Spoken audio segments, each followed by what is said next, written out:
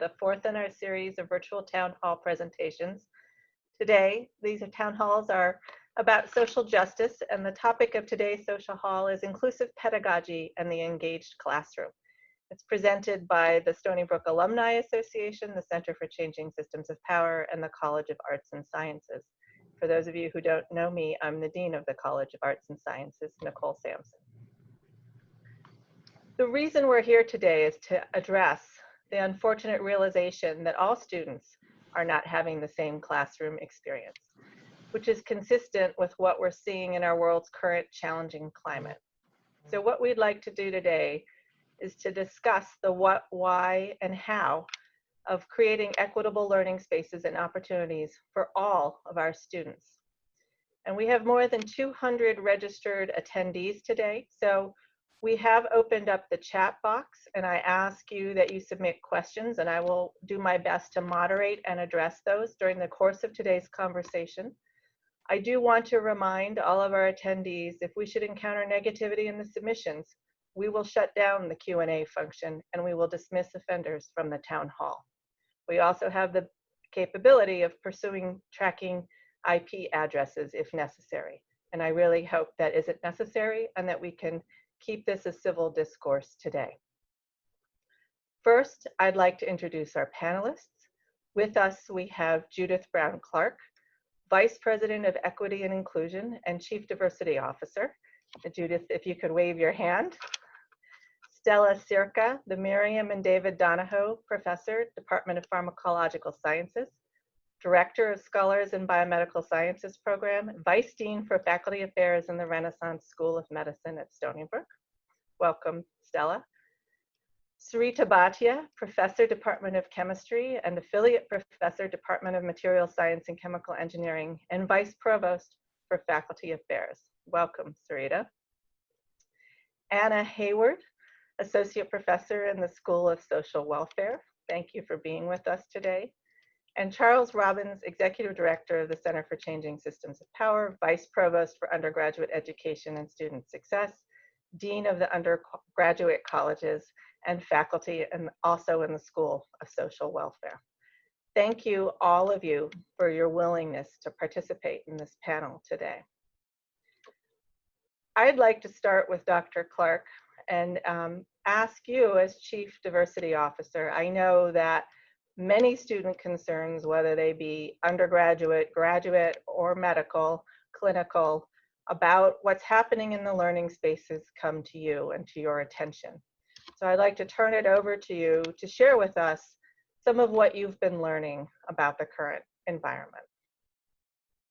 Thank you so much, and I really appreciate this opportunity to have this conversation. Things have come into my office both directly by students as well as allies that have shared information related to comments or posturing or things that really are having an impact on our students and ultimately on the climate across the university. It's not happening in any one place. It's not just happening in the classroom. It's happening with undergrad, graduates, postdoc, faculty, staff, and it really isn't something, as Nicole framed, this is kind of a conversation and a tone and something we need to put a lot of intentionality to. It's happening across the nation. So I thought the best way to do it is not to paraphrase what the students said, but to actually have them speak from their own voice. I think it's more profound, and I think it's more meaningful, and I think you'll be very touched by what they say. When I first started doing this, I started thinking, okay, let's get this video team together, and I realized that it was very difficult for students to really come forward and share these incidences. So things that have been shared directly with me or secondary stories, the students wanted to remain anonymous. So I thought we needed to have a story told by students for the students in the students' voice. So I reached out to Barbara Selvin, and she, the School of Journalism, identified 2 students. So she put the call out, and literally within 15 minutes, 2 students responded that they wanted to tell this story. And they did a profound job working diligently at night around their school schedules. So we have like a 8-minute video that I'd love for you to really enjoy. I'm going to ask you to not personalize this. If you see anything, it has nothing to do with the incidents that the students may talk about. It's really about focusing on how the students felt and how words matter. So, Janet, if you could roll that film, I'd appreciate it. Thank you so much. College is not easy, and when presented with the hurdles of intolerance, bigotry, or insensitivity, it can be almost impossible. Students in different fields of study from all across campus are hurting due to the comments made by professors, mentors, advisors, or bosses targeting them. Being on the receiving end of these comments doesn't just hurt, but it also creates a toxic and unsafe atmosphere. The university must commit to creating a safe and inclusive environment for all of its students of different genders, races, disabilities, sexual orientations, ages, or religions. If not, the campus will only continue to hinder the growth of its own students. Here are a few stories from 6 students who shared their experiences anonymously on the Black at Stony Instagram page. A story from a Black female alumni. I was sitting in the front row of my calculus class, as always, when my professor came up to me and said hello, as he always did. He then proceeded to tell me that he spoke to some lady about me and told her that I was a great student. What confused me was, I didn't know the woman he was talking about. I then said, "Who?" And he said, "You know, the lady from EOP." At that point, I was flabbergasted because I never told him I was an EOP student, which I was not. I then told him I was not a student in EOP and I didn't know who the lady was. He said, "Okay," and then walked away. But this is the part that blew me away. He then came back to me and asked, "Well, how come you're not an EOP? What high school did you attend?" At that moment, I just looked at him. Not every minority student is in EOP, but I didn't speak up because I didn't want to seem angry. Instead, I bit my tongue and found myself explaining to him why I didn't qualify for EOP. He then said to me, "Don't feel offended," knowing that his microaggressions were definitely noticed. Looking back now, I wish I would have put him in his place. A story from an Asian graduate student. This is an experience I witnessed on campus. 2 women who are Black students were trying to leave Jasmine at the Wong Center after buying food, but one of the Jasmine managers, an East Asian man, accused one of the students of stealing and would not let her go even after she clearly showed her receipts for her purchases. Another white manager had to be involved to investigate the situation. It was very clear that neither student had stolen anything, but the managers would not let them go. I stood by and I tried to intervene to convince the managers to let them go. They were finally reluctantly released. It was an obvious example of anti-Black racism from our campus managerial staff. A story from a Black student. Starbucks at Melville Library discriminated against me because of my hair. One day, I wore my natural hair in a puff and was asked to put on a hairnet under my hat. I have never been asked that before, and none of the other employees were asked to, so I was a bit taken back. The new supervisor, alongside the other, said it had always been company policy and I shouldn't be giving her a hard time, and I need to walk all the way back to my room to get my hat, besides already having the hairnet on. I contacted the HR rep about my experience. Instead of keeping my complaint anonymous, she told them that I came to file a report and who I was. I even found in the handbook where it said hat or hairnet, and sent it to the new supervisor since she was not aware of her own company handbook. Another incident happened where I was scheduled for the opening shift. I had just walked in and went to wash my hands. The new supervisor automatically said, "You need a hairnet." I acknowledged her out of respect and said, "Okay." Then, in front of everyone on that shift, she said, "Since you want to go to HR and file a complaint about policy," and this is company policy, by the way, and continued to scream at me and embarrass me in front of everyone, so I said that was my last shift. A story from a Latinx student. I worked at the Melville Library Starbucks since my freshman year, but I left and came back last year for personal reasons. I usually closed and was cleaning with other employees, specifically cleaning the dishes in the back.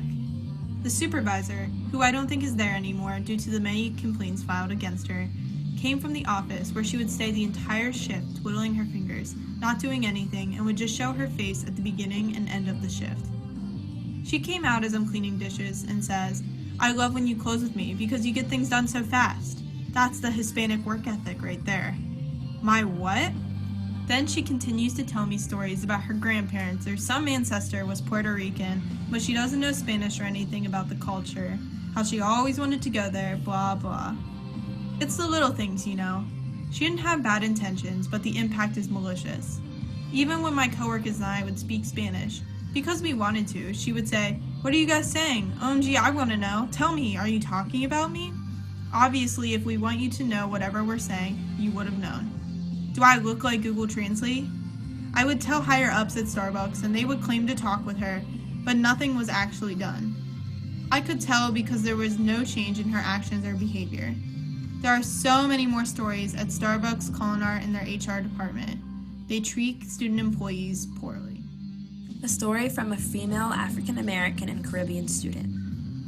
I am a transfer student that entered Stony Brook in fall of 2019. I went to financial aid to see why I had a balance on my account, when I know I get enough aid to pretty much cover everything, or at least close to everything. I had never had a huge balance like this. I was at the financial aid office for about 2 hours. I talked to the same advisor who then took me to meet the director or someone in charge to talk about my future at Stony Brook. This lady sat across from me, looked me in the eyes, and asked me, "Why would you come to a school that you couldn't afford? And why don't you try looking for a CUNY, which would be less expensive?" I felt defeated and humiliated. No one can afford college unless they come from money. I work hard and push myself at everything I do. I am a Black woman, so I have to go 100 times harder than everyone else. However, for someone to tell me that after I'm already here made me feel worthless. A story from an Asian student. I originally enrolled because I heard it was an easy A. However, no one warned me about how he goes on tangents that were irrelevant to the course and preached his own opinions. I was appalled by the things he would say, but one thing stuck with me because I couldn't believe the words that were coming out of his mouth. During a lesson about the Jim Crow laws in that era of American politics, which still exists to this day, he brought up that he was X% Black, something between 1 and 5%, I can't remember the exact number. He then went on to say how he's proud to be Black and he wishes that he could be more Black. He's allowed to stand up in Javits 100 and spew out words like that without any repercussions. Someone like him, a cisgender white male, doesn't understand the intricacies of racism and how American politics play an integral role of the injustices that Black, Indigenous, and people of color have faced and continue to face in America. He may know the facts, but he will never know the experiences behind them. Hate and bias-related incidents on campuses across the U.S. are still rising. Will Stony Brook's end?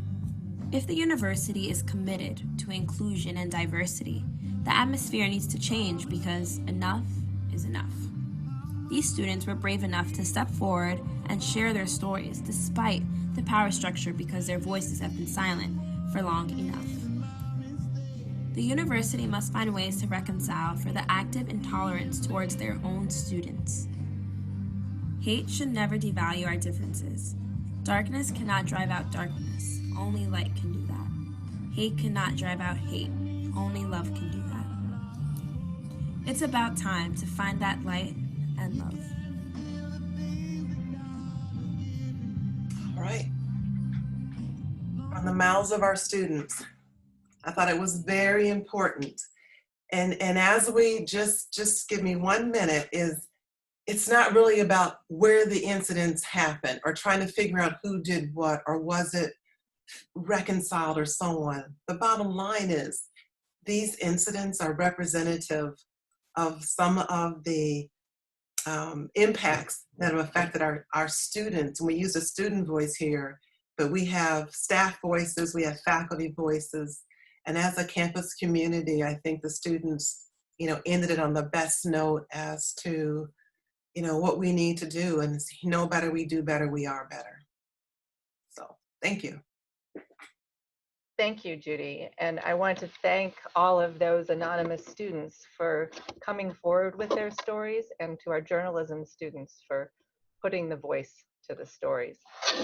I'm sorry, Nicole, I should have said the 2 students that did this phenomenal job was Sarah Ruberg and Maya Brown. Sarah Ruberg and Maya Brown spent a lot of hours doing this. I wanted to make sure I recognize them. Thank you, because I noticed there were no credits in that movie, so very good. What I'd like to do now is I'd like to turn to the panel and to lead off the discussion, to ask each of you in turn the same question. But then after that, we'll go on to varied questions for varied panelists. You know, these stories we've heard are compelling, as Judy laid out. They're the atmosphere, and you know, how do we shed light on that? And let me put the question in this way: is have you had, as panelists, when you've been students, similar experiences? Maybe you have, maybe you haven't. But how did your faculty peers, mentors, administrators help you navigate, or how did you hope or wish that they would have helped you navigate? What was done right and what could be done differently? So that was a lot of question. I'll leave it a little free form. But I'd like to start with Stella Tsirka, if she could perhaps address that and put it in the context of what we just saw. Well, hi, thank you for including me in this panel. It's great to be here and share some of these experiences. I have to start by saying that I actually did not get my education in this country. So I grew up in Greece, and that gave me I was less exposed to some of the things we just heard. I became exposed later when I came here as a postdoc. And in my initial experiences, I did not have issues with race, at least as far as I was concerned. But I did have an issue of gender. And that had to do with the fact that as I was, so I was here as a postdoc. As I was finishing my postdoc and started thinking about well, not started thinking, but moving towards my academic career, trying to get there, my postdoc advisor pulled me to the side to discuss the fact that as a woman, I shouldn't have to bear all the burden of an academic career and the difficulties and the grant writing and the anxiety. It should be better for my family if I remained as a lab manager for his lab and experience research that way. It was an interesting proposition that I did not want to entertain at all. But it was not a proposition that was just unique to me. I had heard that from other postdocs, female postdocs, and that was kind of a push for me to say, no, I actually want to continue and push forward with that. Coming from the School of Medicine, this has been, though the gender issue is a major issue in a professional school. And do remember one of our faculty members, I'll say older faculty member, explaining to female medical students how they should not be in medical school because they should be home having children. Because if they stay in medical school and stay longer, that kind of decrease, they are the intelligent ones, and that would decrease a generation of intelligent children coming up early. That created, as you can imagine, a big wave of unhappiness among medical students, and that has been one of the experiences that were shocking to me. So how was that handled, and how could it have been handled better, and how can we give today's students insights into how to handle these difficult situations from those experiences? So clearly the faculty was pulled aside and said, "What are you talking about?" And the students were, there was a lot of conversation, a lot of support for the students, supporting their choices, supporting their career forward. I think the only way to move in that respect was to show role models around the campus and in the School of Medicine elsewhere, and say it's not just talk to people, just keep going. Everything is manageable. You don't need to be listening to that person. The faculty member was again pulled aside. In fact, he was reprimanded seriously by the department and by the dean. Thank you. Anna, if I may, if you have an experience or a comment on how to help students navigate these experiences that we're hearing about, and which from Stella we're learning are unfortunately not new or not new news. Sorry, Stella, to impugn your age in that way. Anna, I'll turn it over to you. Thanks so much. I really enjoyed hearing the student voices. I actually sat on another town hall last night for NASW, which is New York, the National Association of Social Workers New York branch, and heard even more student stories. I wanted to say that social work as an educational setting is a little different, and that our student experiences expand outside of the classroom and outside of the School of Social Welfare all across Long Island in the form of field placement. So our students are in the field 14 to 20 hours a week.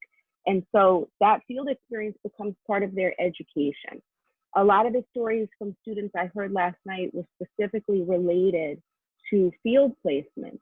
So we're not only talking about negative experiences in the classroom from other students, from professors, from kind of similar to the stories that the video that Judy shared talked about, but also the students talking about their experience at Starbucks seems very related to me, to our students, because they are out there in the field. And it's important to think about how we're having these conversations around inclusivity and racism, and specifically anti-Black racism here on Long Island, with the history of the geographical location that we're in, and with our students out in the field, and really having to navigate these experiences on their own. When you had asked us to think about a personal experience as a student, I thought about my experience in my MSW program. I was at Hunter in New York City. I worked for the New York City Parks Department in a program that was serving work experience program workers. So this was 1997. This was right after the huge welfare reform.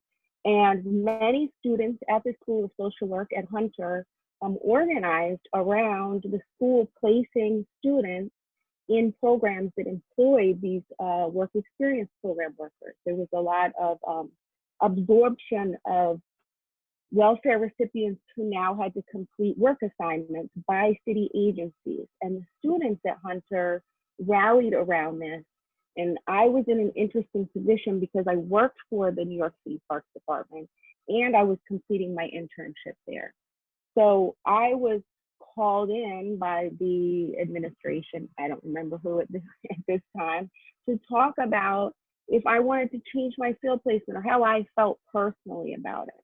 And I've always thought of that time around welfare reform and social work schools, that could have been an opportunity for the School of Social Work to take a stand and to not ask me to talk about how I felt about it as an employee of the city, as a young mother who needed to maintain her income while completing her internship.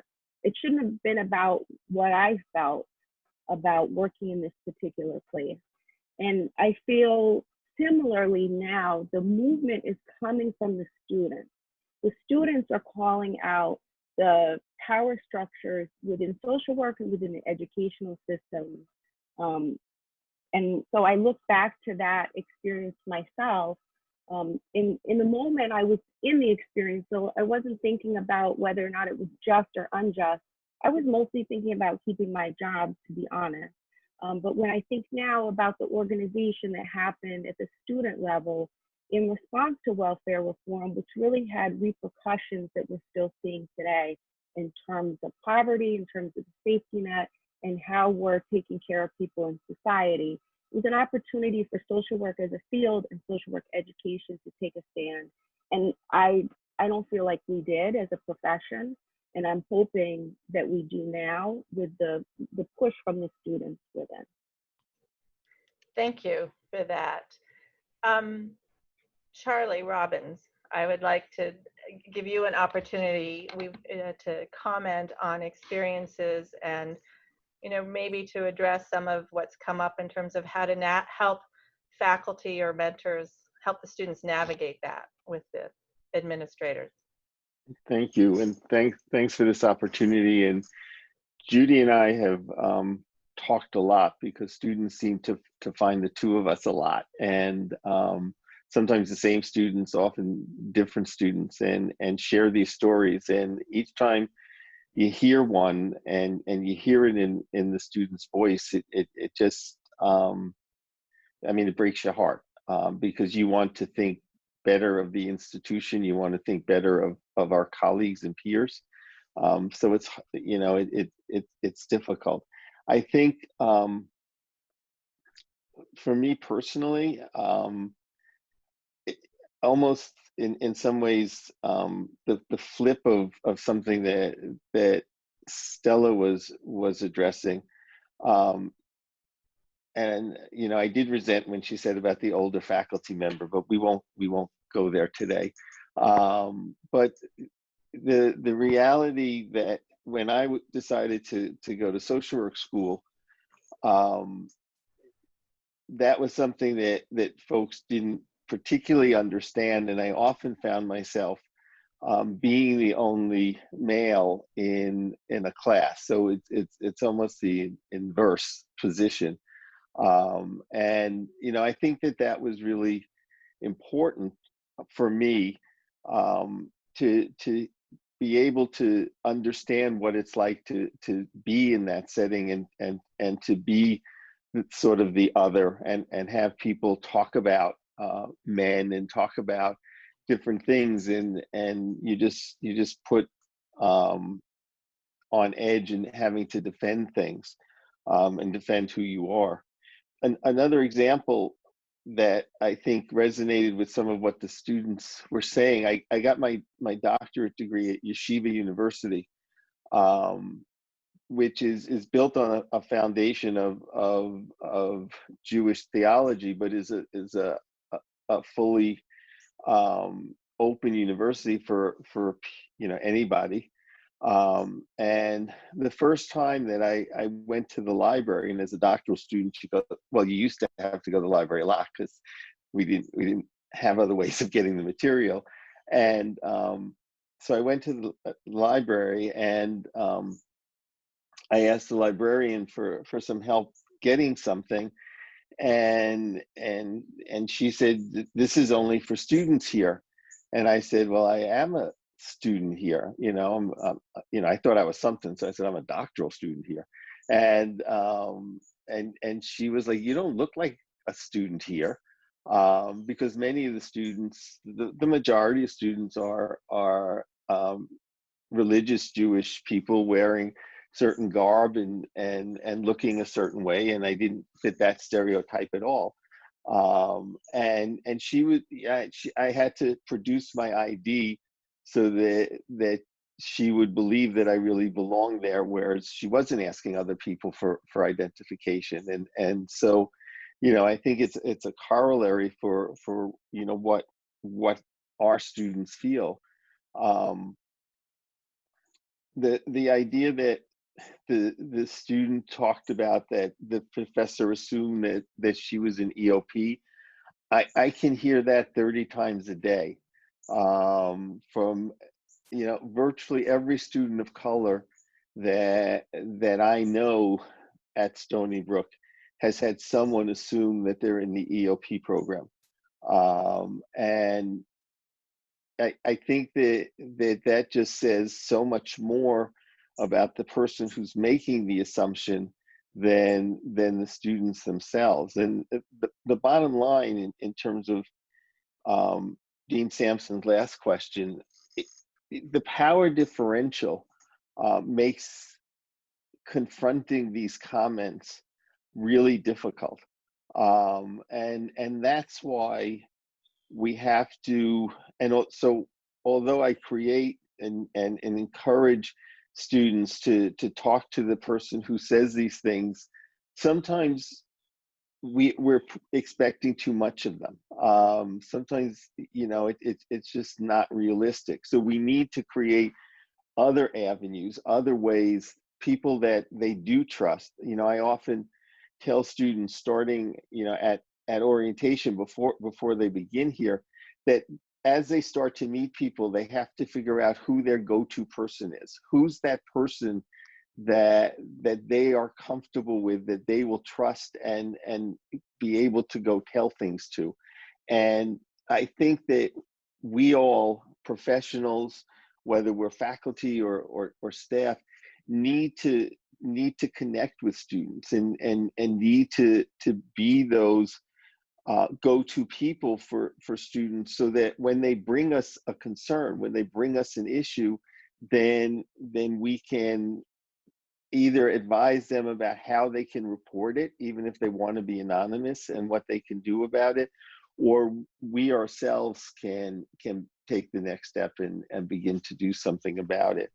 I think that all of us who are part of this community, who want to believe that this community is better than this, really have to be a part of making it better than this, because it's just not going to happen on its own. Thank you. Tsirka, I'd like to turn it over to you and share your experience. Yeah, I think my experiences are somewhat similar to some of the things Stella mentioned, that I experienced quite a bit with regard to gender. So I was trying to think specifically about my time as a student. I think there's lots of examples, unfortunately, about my time as a faculty member, but as a student, one of the first times I remember feeling very uncomfortable was my training is in chemical engineering, and we had a lot of group projects, and you often had to specify what everyone's role was in the group projects. So this person was the data engineer, this person was the design engineer, for instance, depending on how they contributed to the project. If there was a woman on the team, routinely the guys would joke about her and sometimes introduce her as the aesthetic engineer, meaning you were there for aesthetics. You were there to look at, and that's it. And that was your contribution. And it's very hard. We had a sort of a panel on women in engineering to discuss the issue somewhat similar to this. And I brought up some of my experiences, and the dean of the college was very confrontational and very challenging. And it was clear he either didn't want me to bring up my experiences or didn't believe me. He said, "Who are these people you're like? Who are these faculty that you're talking about? Who are these students you're talking about who have made you so uncomfortable?" He was very, again, didn't really sound like he believed the experience or didn't want to believe it. There was another time I was at a professional meeting. I was a student. It may have been one of my first professional meetings when you're thinking about going to graduate school, and someone had introduced me to a faculty member from another institution and said, "This is a good student, she's thinking about graduate school." And it was someone whose name I knew. It was someone who had written a textbook, and I was a little, sort of blown away to be meeting them in person. And the first thing they said to me was, "Oh, when are you going to get interested in boys? Like, that is what you're supposed to be doing. Along some of the lines of what Stella had mentioned. So those were my experiences. I have to say, regarding the follow-up questions, I do think there are things faculty can do. Oftentimes, these kind of things were just ignored. Faculty just looked the other way. And so I'd say, myself as a faculty member, when I encountered similar types of things among groups of students, I'd see team dynamics. Sometimes students would tell me explicitly, I had one case with an African-American woman who told me explicitly that she was being made to feel very uncomfortable in her group.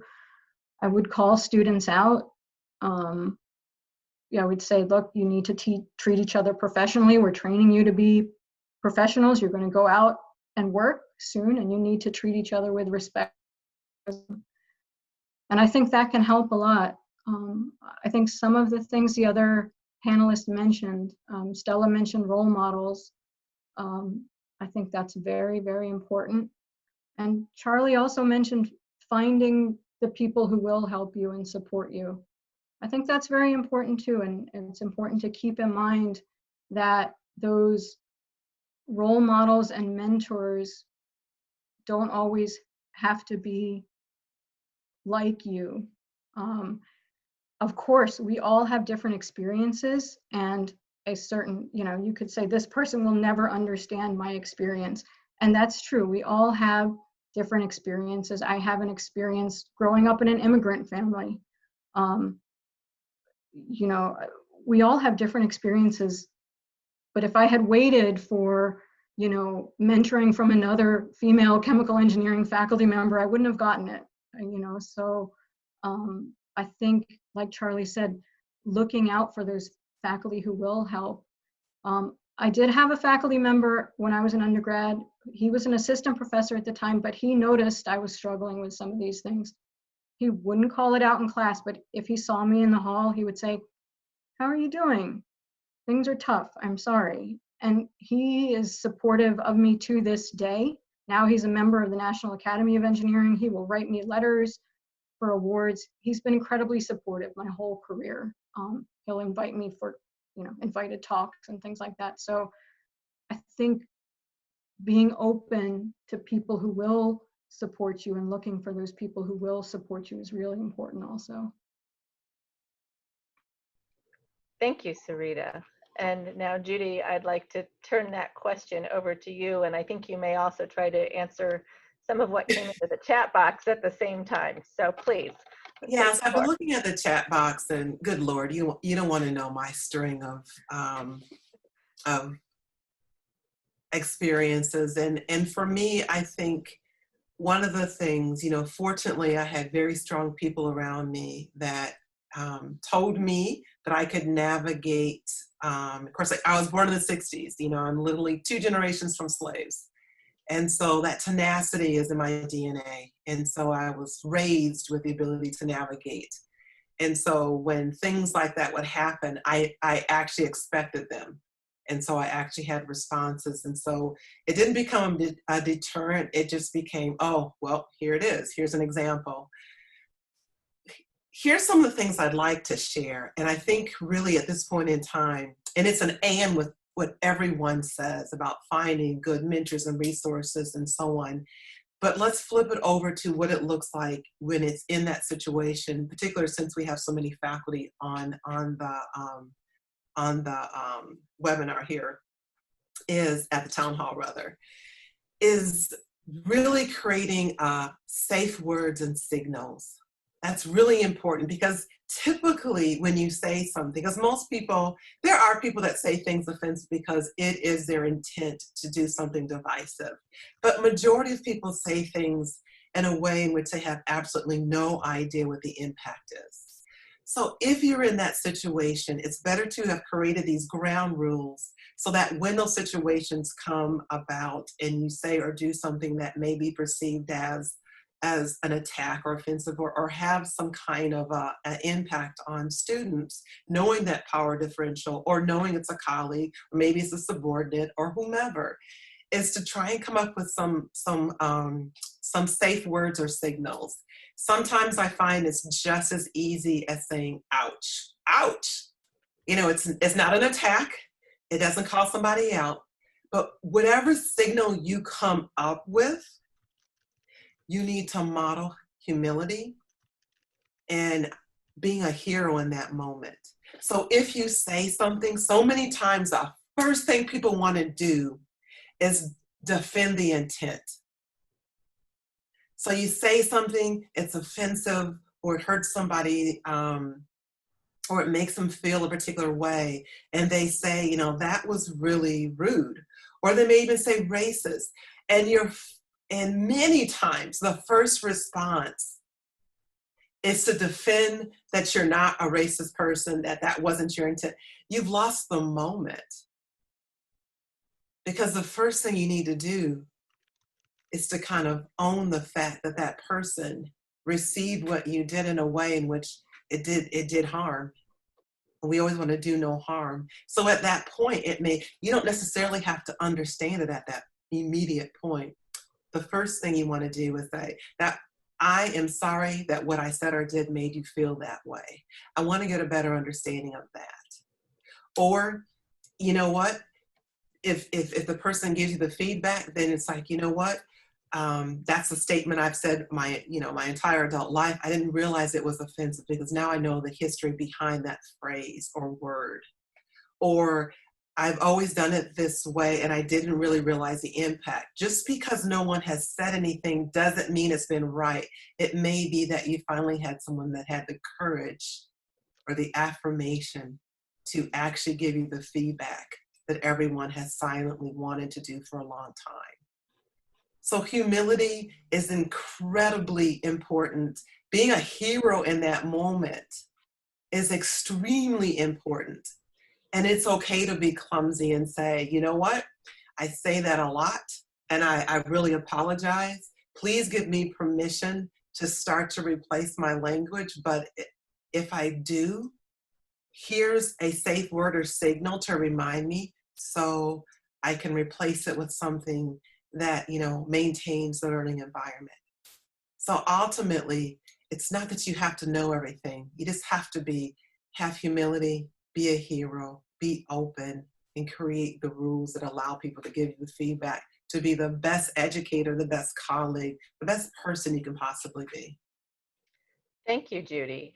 Let me follow up with what I think is a related question. If you want to, you gave us good advice on how to react in the moment and how to set up the situation so that you can react with the humility in the moment. How can a faculty member or instructor be preemptive and perhaps get anonymous feedback in a way that they're working towards self-correction, looking for feedback, but again, that power differential, maybe to give the students an even stronger voice than your video gave today? It's called an old-fashioned shoebox with a hole in it, and people can drop things in it as they come in and out of class. And it's an opportunity, COVID, use your gloves and so on, but you have to create opportunities for people to give feedback in a way in which they can do it low tech, but in a way in which you give real time, because if something happened in class and somebody writes it down and, you know, and then drops it into that you know, suggestion box or whatever box on the way in and out, it feels like there's not a tracer to it. Because you can say, you can just email me. Well, we know there's IP address. I mean, students are very, you know, and faculty, we all know that there's ways of tracing. There's nothing like a pen and paper, and in creating some opportunities to have a lockbox or something like that where people can drop in, and it gives you real-time feedback so that you can pivot real time. And if someone gives you that feedback the next class or time that you're forward facing with that group, then own it. you know, it appears that I said something or did something, or there was something in the reading and I learned something today. Let me tell you what I learned, because we're all lifetime learners, right? It's not just learning the content, it's learning how to be the best person we could possibly be. And then that comes through with being our profession, whatever your profession may be, whatever content you're teaching, because you're representing the profession. The students are saying, if they have a bad experience in their class, they will say, if that's what this profession represents, what the professor is saying, that's not a profession I want to go into. That's a lot of power. So look at opportunities, low-tech opportunities to get real-time feedback so that you can pivot and just, again, just humility and own it and just, you know, be real. You know, if we own our mistakes and we also model for professions, that it doesn't really matter where you are, you're still human. Thank you. Tsirka, let me come back to you as maybe asking a question relevant to your role as Vice Provost for Faculty Affairs. We're a research university, we're researchers and scholars. And so I think it's incumbent upon us to ask, you know, what is the research behind what we're doing, and is it working, and are we doing things correctly in terms of developing and helping our faculty learn how to navigate the classroom, and where the boundaries are in conversations in the classroom, or are there things we should be doing that we currently are not? Yeah, so thanks, Nicole. So we've started, I think it's fair to say that we've started some of these conversations, but we need to do more. So CELT has been having some ongoing trainings on inclusive pedagogy, things like revising your syllabi, things like that. I think where we need to do a better job, to be honest, is giving faculty some of these tools for responding to difficult situations, for de-escalation. I've been through some of the training on having difficult conversations. I know some other faculty have in different contexts. Sometimes it's offered through a professional society or through leadership training, sometimes through training grants. But I think it's something we could do a better job on, because there is research on how you keep these kinds of incidences from creating a toxic environment. So these types of things are going to happen, but calling it out there. So there is research that's shown that especially having someone in leadership, but even peers also.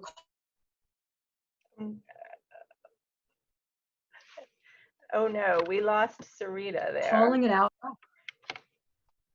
Is that better? I stopped my video. Can you hear me again? Yes, we can. Okay.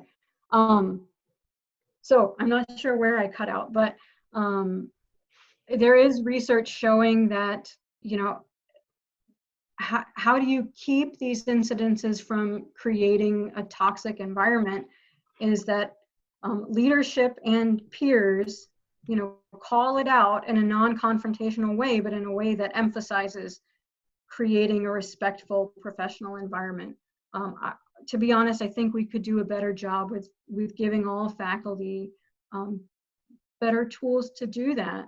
But, you know, I think faculty and students should not just feel empowered to call out this behavior and, you know, in terms of this is how it made me feel, but in terms of, okay, we need to bring this back to a constructive place and, you know, and treat each other with respect and professionalism. So I think that's a good strategy to use. It's a proven strategy. You know, you talked about research. Thank you. We lost our visual cues, Tsirka. Let me turn to Anna and ask sort of a follow-up to that. You know, Tsirka mentioned that maybe learning ways to de-escalate conversations is an important piece of training that we're missing for our faculty that we can work on. But how does an instructor discuss challenging topics? You know, how do you set the stage from the beginning in the atmosphere of the classroom? And if it does go off track to become toxic or charged, what kind of steps would you take? That was a two-part question. I'm sorry I keep doing that to all of you. That's okay. Well, I think some of this Judy answered when she talked about setting those ground rules for class discussion. In social work, we talk about charged and difficult topics all the time. It's what we do.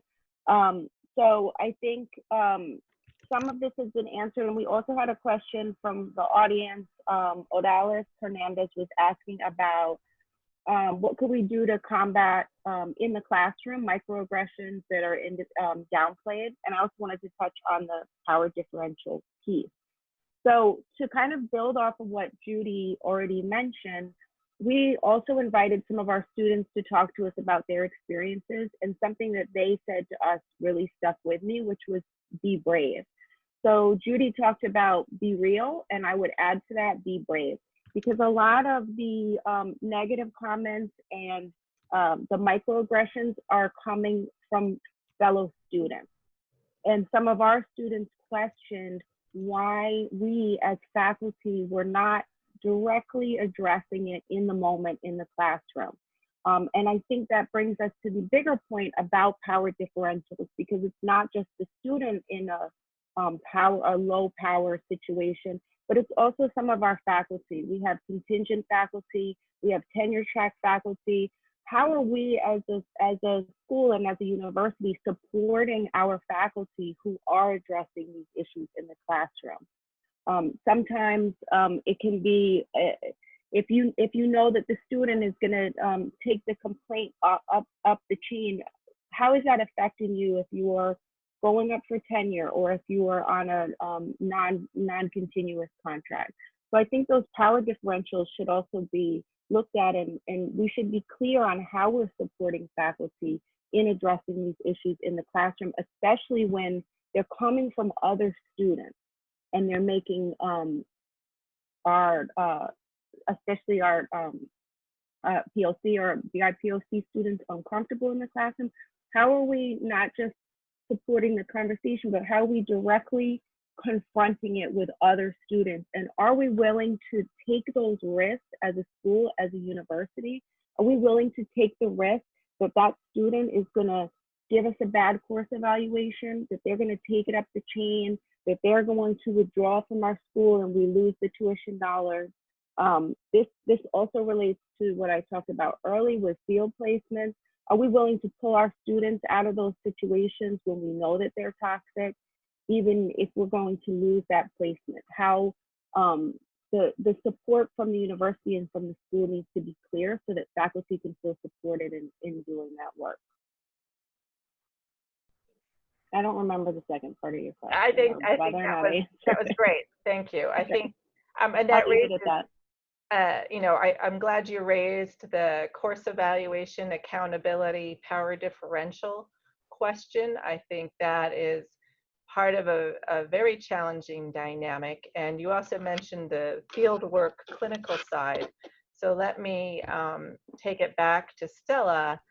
And, you know, some of the things you've heard here are more classroom dependent. Can you comment, coming from the medical side, on these clinical programs, what can be done there in those situations? Are they directly analogous? Are they different because of the type of training it is in those learning environments? So thank you for that. And actually, Anna and Sarita already covered some of that. There are similarities, there are differences. The similarities have to do with the classroom environment. The classroom environment remains the same.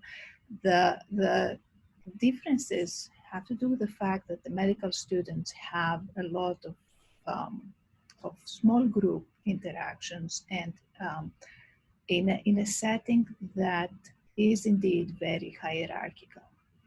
And eventually when they move away from the classroom and into the hospital, into the rounds, and they round as a team, and there is a team leader, there is a very clear power differential in the process.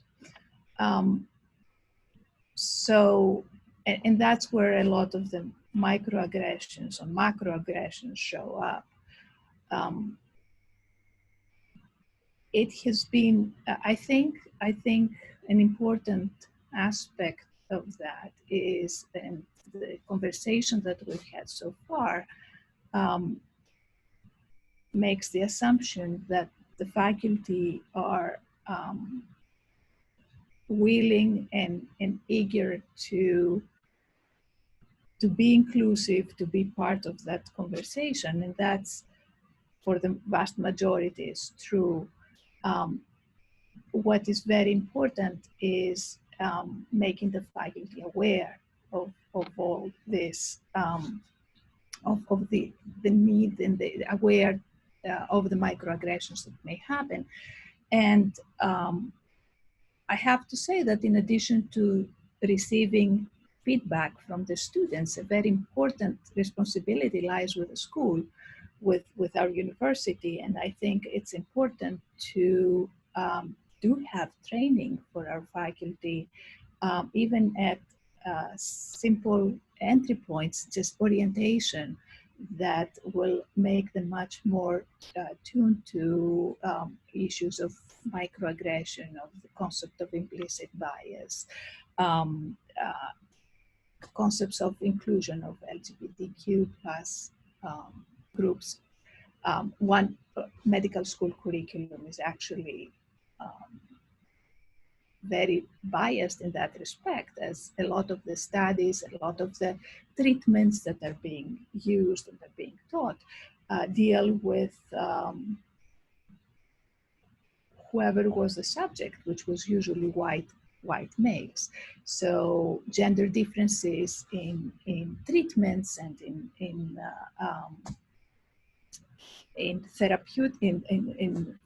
pharmacology and therapeutics became known only recently. So these things, gender ethnic differences, health disparities became known more recently, and all these need to be taught now to the students, and they need to be included in the curriculum. I think training our small group instructors to become aware of microaggressions and inclusivity. Courses like what Robbie Kincaid was doing or is still doing, or Adam Gonzalez is doing for the School of Medicine are very important for inclusion. And certainly accountability of our faculty is very important. Also, the students need to be brave, as Anna said, to come forward and point out things. The faculty need to be responsive to that. The peer faculty and the leadership need to hold this faculty who are not violating this trust accountable. Thank you, Stella. And I think I'd like to circle back to Judy. We've started talking about accountability of faculty, but perhaps you could just offer some legibility on what that means institutionally, because we have such a varied audience here, and I know it is hard to navigate how you elevate something to the level of accountability, and then what happens after it has been elevated. Yeah, I think, probably what's the most difficult, it's not really the most egregious things, because those become HR things, and those are easier to address. It's kind of a gray area where it's like those microaggressions or lack of civility and things that have impact that makes it more difficult. I mean, one of the things that we didn't talk about as far as an example is even like in a staff meeting, there may be things among peers where somebody may say something, or someone may be disenfranchised or not included in the discussion, or maybe something that they added was not acted upon, or I mean, there's a lot of opportunities to witness when this happens, and I've had complaints about things that have happened in staff meetings where something happened that was really unfortunate, and no one said anything until after the meeting, and then they went up to the person that was on the receiver end of it, and pretty much said, well, that wasn't right. I'm sorry that happened, and so on. Those are opportunities to really intervene in a meeting, and it may not even be within the context of the two individuals that are interacting, but you're observing it, and you have the opportunity to say, oh, wait a minute, wait, that's not okay, or you know what, let's listen to both sides, or it looks like someone wants to be, let's give so-and-so an opportunity to weigh in on this, or we need to take this population into consideration, because as we're kind of talking about it in this narrow scope. There's a lot of opportunities to kind of be a hero within power differential, especially if you have power. If you're tenure, if you've been or in leadership and management and so on, you have the power to be that ally and advocate that others may not. So sometimes you're being the hero because you're observing something is a disruptor of something that may have, the person that's, again, on the receiver end may not have the position or the courage, or even the cost is too high for them to actually push back. I hope that's helpful. Thank you. It is. I think given that we're on our last 30 minutes, I'm going to pivot a little bit the conversation and come back to something that was touched on briefly, but maybe not as much, and ask, and I'll lead off with Charlie on this one. What can our faculty and departments do to examine the norms of their scholarship? So I think earlier we had alluded to what professional organizations expect in the curriculum or the textbooks.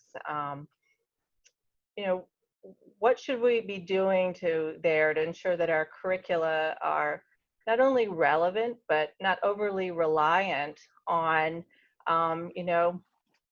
white male culture and medicine, leaving out more than 50% of the population, and so forth. So absolutely, I think it's time for us all to look in the mirror and really examine what we do and how we do it. What I learned in school was really appropriate. Probably not, but what I thought was appropriate 50 years ago.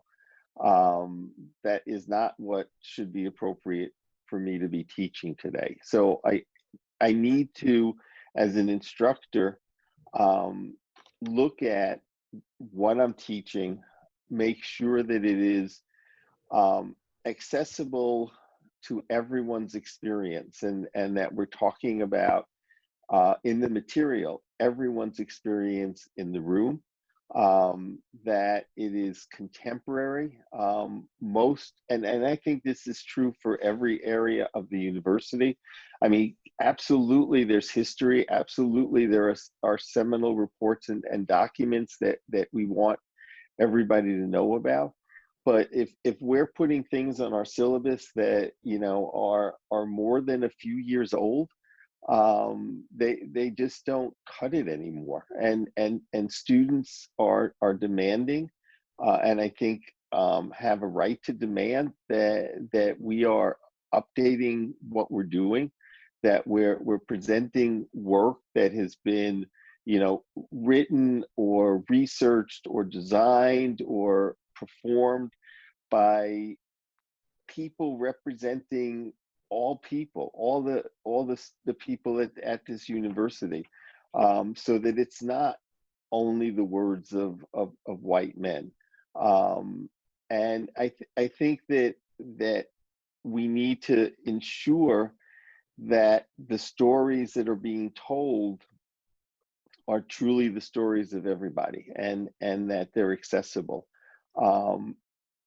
Sitting in a classroom and feeling invisible is a terrible thing, And many of our students feel that way because they feel that what is being talked about is being talked all around them. And their life experiences are not being considered. And I think that it's really important for faculty at all levels to get out of our own experiences, to try to understand what our students, what their families, even sharing the story. So, I'm a first generation college student. I grew up in a rather difficult background, and without very much of anything. And I think it's important for students to know that, to understand, because they're making assumptions about me also. And I think it's important to use that as a way to help students know that you can get past obstacles, that you can make mistakes, and they're not fatal. And I think, and Judy used the word, I think humility and humanity are important. And being able to weave that into your teaching is critical. And trying to not be defensive when students raise questions about it. Trying to be open and be able to engage the students. They have not a right to question. They have an obligation to question, and we have an obligation to try to find the answer, but also to say we don't know the answer, and then we can work together to try to figure that out. Thank you. And allow me to editorialize. It's not just, even in chemistry, right? Many organic reactions carry the names of one or two people, and that should be questioned. How we refer to things, and was it really only one person who contributed to that reaction, and is that really the right way to carry that through history? And I think there's some thought that could be had there, which leads me into my question that I want to point to Anna for. What can we do about our national societies who drive some of the norms, and in some cases even accreditation of our programs, that starts to limit how much we can adjust our curriculum? Well, that's a huge question. I don't know about the larger society. I can't even touch on that after what we witnessed last night. I don't even want to talk about it, but I can talk about our accrediting body in social work. And I think that there is a movement to do a lot of the things that Charlie talked about. There happens to be a movement in our accrediting body, right? We have a focus on social justice, so racial justice is being added to our competencies. I guess we're lucky in that we're in a profession that at least on paper acknowledges and promotes the ideas of addressing social justice on a societal level. I also wanted to add to what Charlie said about looking at our curriculum and looking at who's included and excluded historically and currently and who we're teaching, but also to add to that we're not pathologizing groups. So some of this actually is from what some of the social work students brought up last night. When they open their textbook and they're reading about Black and Latino populations, it's always in a negative light. It's always higher rates of poverty, higher rates of this. It's always pathologized. So how do we combat that? How do we talk about inequity in our society without pathologizing groups when we're discussing it? I also love that Charlie said we need to look in the mirror. As a profession in social work, we have been complicit with not only accepting the status quo, but upholding the power structures that oppress groups of people and individuals. So I really do think that it is time to look in the mirror as a profession and across the board in education, not just in social work.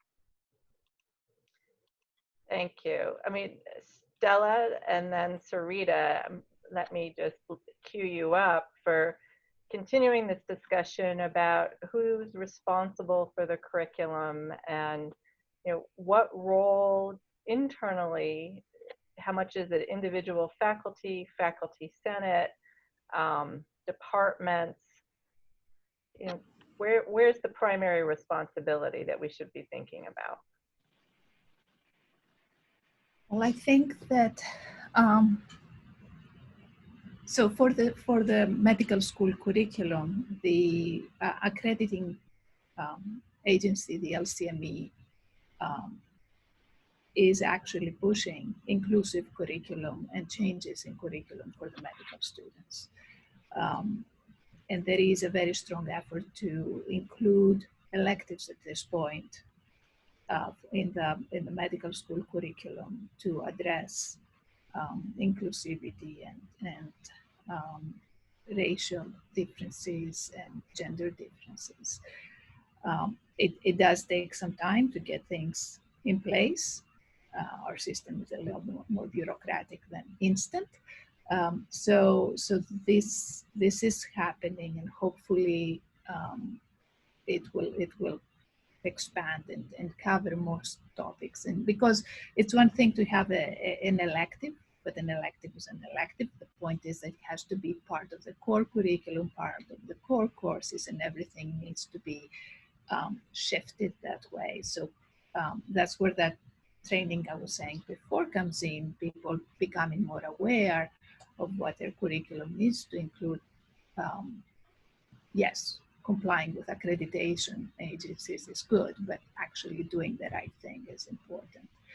I just want to just throw in there, just like Anna and Charlie were saying before, that doesn't mean that we need to shy away from challenging topics and challenging conversations, because they are around us and we cannot just hide from it. But establishing ground rules of respect that, as Judy was saying, is important. Have those conversations in the classroom, because in the end, everybody becomes more aware of the issues.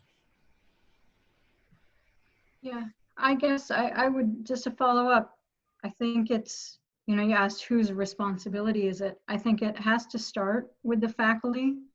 I think it's difficult to have it be something that comes, for instance, from the Senate or top down from the administration. I think we can support this, and we are trying. We've discussed with a lot of, you know, we'll be discussing with the Senate, we've discussed with all the deans, including activities that support equity and inclusion as part of the tenure packages. So I think that's important, and there's certainly things we can do to support it. I would say, you know, just to follow up on something Stella said, including it in the core curriculum, I think is very important, and how I personally have tried to slide it into engineering and the chemistry core curriculum is through classes that focus on professional development, or, you know, what we used to call soft skills. So these courses used to be focused a lot on, you know, technical writing and presentation, and basically the non-technical skills you need for a job. And now we are lucky in that many of our professional societies are including diversity and inclusion in their code of ethics. It wasn't always that way. I mean, it's happened in the last, well, I don't know, 5 years. I know it wasn't that way when I started teaching. And so that becomes, for me, I think, a good place to discuss it when you're discussing your professional obligations, say, as an engineer or as a chemist. Hey, let's look at what the professional society says. But you have an obligation to treat your coworkers with respect, and to create an inclusive environment. And, you know, so it leads to this broader discussion. And so that's where, personally, I've tried to put it into the curriculum. Thank you. I think we're almost coming up to the end of our time, so I would like to just do a final round through all 5 of the panelists For final comment on what you think our next steps should be, what actions would you like to see taken by both yourselves as administrators and by our faculty, staff, and students? So you can pick one piece of that if there's something in particular, but I want to keep the action plan open across all of our constituencies for where you think we haven't touched on or something you really want to reinforce. And so let me start with you, Charlie. Okay, and before I respond to that, I just want to make a comment that disagrees a little bit with some of what was said. That sometimes accreditation is used as an excuse to protect the status quo, and I think we have to be really careful about what accrediting bodies require and what the people who interpret what the accrediting bodies require say. And because I have found sometimes they're different, and so I think we need to be careful with that. I mean, I would respond to your last question really in two ways. One is that I really believe that all of our faculty, TAs, instructors, adjuncts need to have a time where they can be engaged in a discussion similar to this, where they can be engaged in a discussion talking about these issues. I don't think one size fits all. What happens in the School of Medicine is different than what happens in the chemistry department, is different than what happens in social welfare. But I think that we need to create opportunities so that chairs and deans can make this focused session available. And I think there are resources on campus that can facilitate these discussions. I don't know that we need to go to an outside firm and do any of that. I think that, but it should be an expectation or requirement that everyone who stands in front of a class is exposed to these discussions. I also think the other side of that is that I think we have to do a better job because it doesn't all take place in the classrooms. We have to do a better job of really creating a community that stands for something, that is the type of community, the type of university that I think everyone on this town hall aspires for us to be. And so I think that means having some really hard discussions and really, again, not huge things, but making sure that students know, because students care about our actions much more than our words or signs that we put up. And so I think we need to really commit as a university, so that to really put forward and in some ways a social justice agenda, and that means every interaction we have with another person, every budget that we put out, everything that we teach and research, that all of that has to be done in an appropriate way. And I think that's a lot to do, but I think that it really is something that if we really believe this and are committed to this, I think it's something that we have to do. I think that, and then I'll shut up in a second. I think that our constituents, our students, our faculty, our community are expecting us to do this. I think the time is right for us to do this, and I think we have to expect of ourselves to do the same thing. Thank you. Anna, that's a long statement to follow. What would I you know, like how am to I add? going to follow that? I'm just going to touch on, well, I wanted to touch on something that I don't think we talked about enough that I kind of alluded to before, which is our specific geographical situation on Long Island, because I don't think we can address, it is just the classroom, it is staff, it is the administration, it is the campus, but it's also, we need to acknowledge many of our students come from exclusive white communities that have never had interaction with people that don't look like them. And we need to have open conversations about why that is. It is not by accident that Long Island is the way that it is. It's not by accident that it's one of the most segregated places in the country.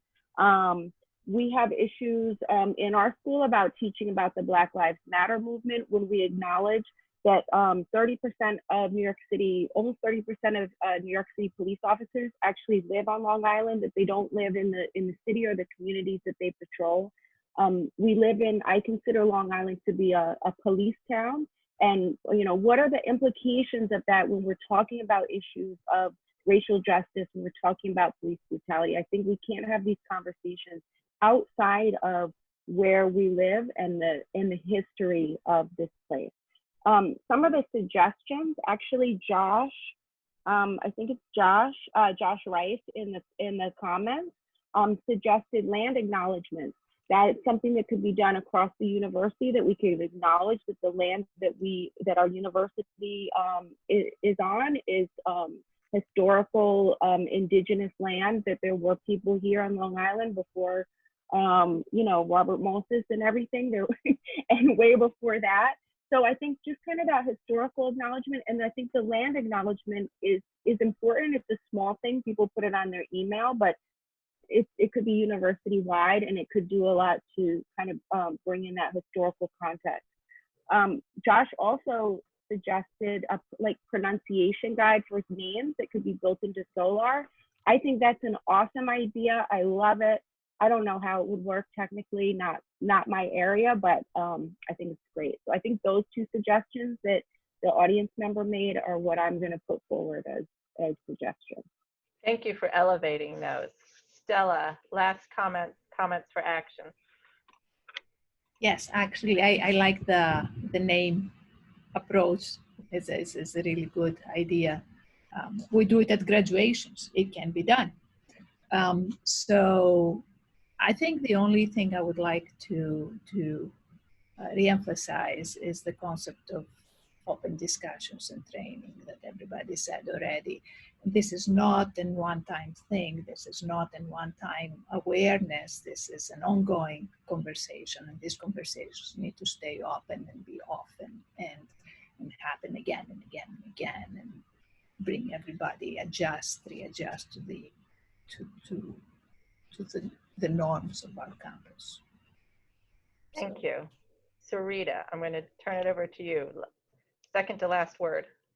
Yeah, so I just want to echo, I think this suggestion of how to pronounce people's names correctly is wonderful. Someone, I think, with a funny name themselves, and who is often asked, you know, can I just call you Sue? No, because it's not my name. So I think that's a wonderful suggestion. Something else I saw in the chat, which Charlie touched on, but I think we didn't talk about, is how this training is needed for more than just faculty, for TAs, GAs, for staff. So I think we've all talked about training and having more discussion of these issues. And so I think that's a clear action item for us, and for us to keep in mind. It needs to be broad across campus, and we need to think about the experiences of students, but also staff and faculty, all of us as a community. Thank you. And now, Judy, we started with your video. Thank you again for doing that, but last call to action. So just letting you know that video will be available. I have the students putting credits on the end so their names are on there. And once that happens, I'll have that available for anyone. The second thing is have already sent to the Senior Vice President for IT about having the name pronunciation. So I'm already on that one. I multitask while I'm paying attention.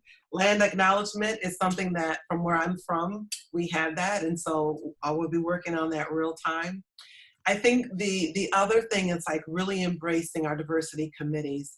Every college and school and unit at every level, there's student ones that are just from students and student leadership, as well as student representation on diversity groups. There's staff and faculty all across our campus community broadly. And so really utilizing those diversity committees and empowering them to make these changes, because this is a top-down, bottom-up in every way that you can look at this complex problem and rotate it. It requires a culture shift.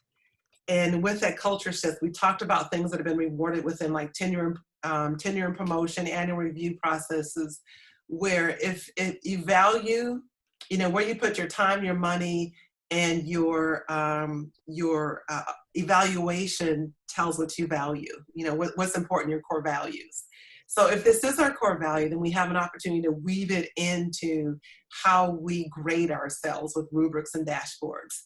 And so there's many parallel conversations going on related to tenure and promotion packages, as well as annual review for staff and other employees, as well as what we're doing in the classroom. So this is all hands on deck, because I think if we can create this culture and community, if you're not doing it, it doesn't feel comfortable. So the uncomfortable piece is if you're not doing it, because this is what the culture feels like here. And then hopefully we become a good neighbor and we can go in and have affect change across, with our being a good neighbor and modeling it. So that's but I'm here to support everything that you're looking at doing. I'm your collaborator, your partner. Just reach out to me. Thank you. And thank you for being the multitasker that you are on this. I think I'm looking forward to seeing Solar, because I think that is a great thing to do, to learn how to pronounce people's names when they come into the institution, not as they're leaving the institution. I want to thank everyone, the attendees, the panelists. This has been a really civil conversation, very helpful to me. And so I want to thank everyone who attended for their thoughtful questions, and the panelists for keeping track. And I think we pretty much got through the questions that we had today. And so this is simply a beginning, as we heard. There will be many more questions to come and many more conversations, and it's going to take on many different forms. I'm hopeful. We've had a bit of a leadership transition in the Provost's office. So we postponed what was our fourth and now our fifth town hall. And we hope to continue doing these series to continue the conversations in many different directions. So stay tuned for when that will be announced. And I want to give a final shout out to the silent partners on this panel. The Alumni Association is fantastic at getting the word out, and Janet's crew for helping run the show. So thank you, everyone. The bell is ringing outside my office, so that means it's time. And have a great day and rest of the week. Take care.